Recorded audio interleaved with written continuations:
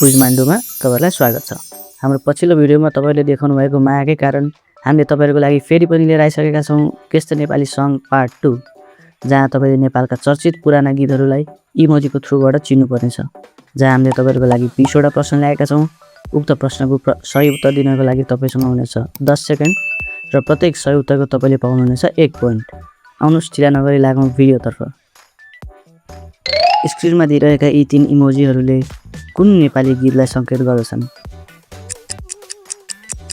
यसको सही उत्तर हो कलकल खोला साइलेजी झरझर झरना कलकल। प्रश्न नम्बर 2, यो अलिकति जटिल हुन सक्छ, गेस गर्नुस्। यो रहेको छ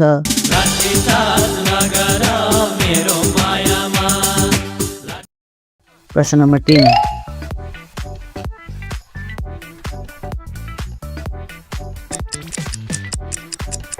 सही उत्तर हो चिसो हवाले उडाए। प्रश्न नम्बर 4, यो अलिकति इजी नै छ।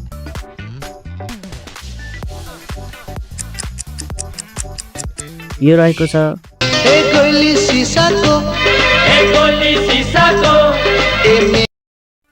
प्रश्न नम्बर 5,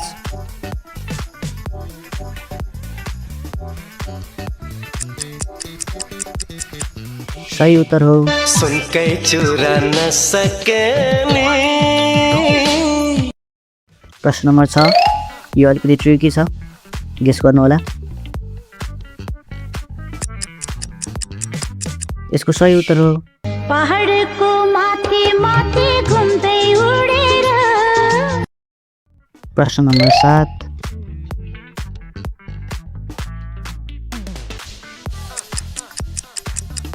करेक्ट एन्सर रहेको छ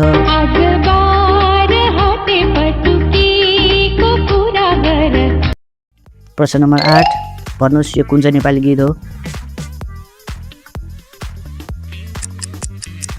टाइम अप। यो रहेको छ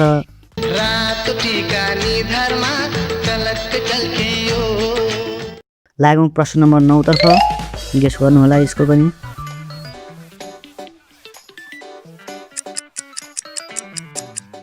सही उत्तर हो कालो चोलीमा कमली झलला शिरमा तिम्रो। प्रश्न नम्बर 10, भन्नुहोस् यो कुन चाहिँ नेपाली गीत हो?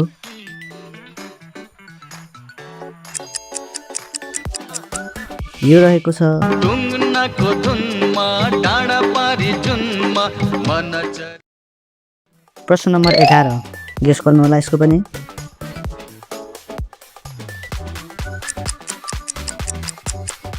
सही उत्तर हो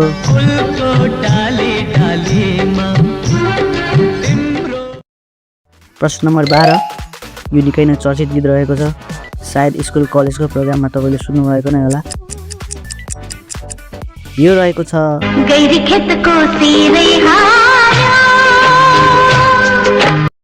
प्रश्न नम्बर 13, निकै नै सजिलो छ यो, गेस गर्नुस्।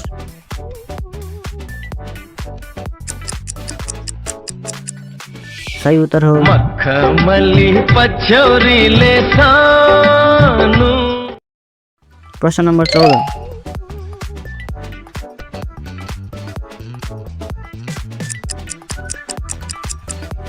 सही उत्तर हो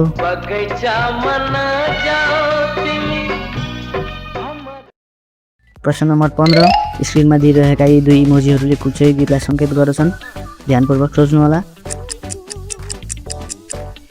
सही उत्तर हो मायाले बोलायो मलाई माया। प्रश्न नम्बर 16, यो अलिकति हार्ड नै छ, सोच्नु होला ध्यानपूर्वक।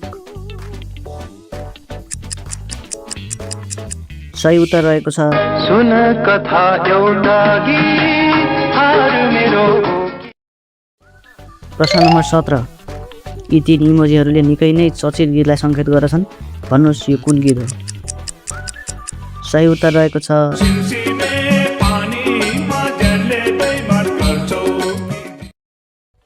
प्रश्न नम्बर 18, भन्नुहोस् यो कुन चाहिँ नेपाली गीत हो?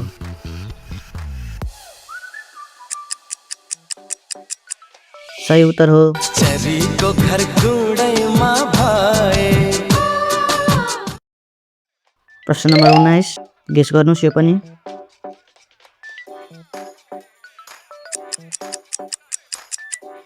यो रहेको छ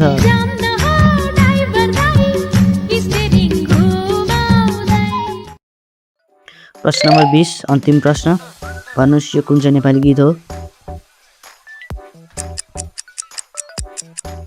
सही उत्तर हो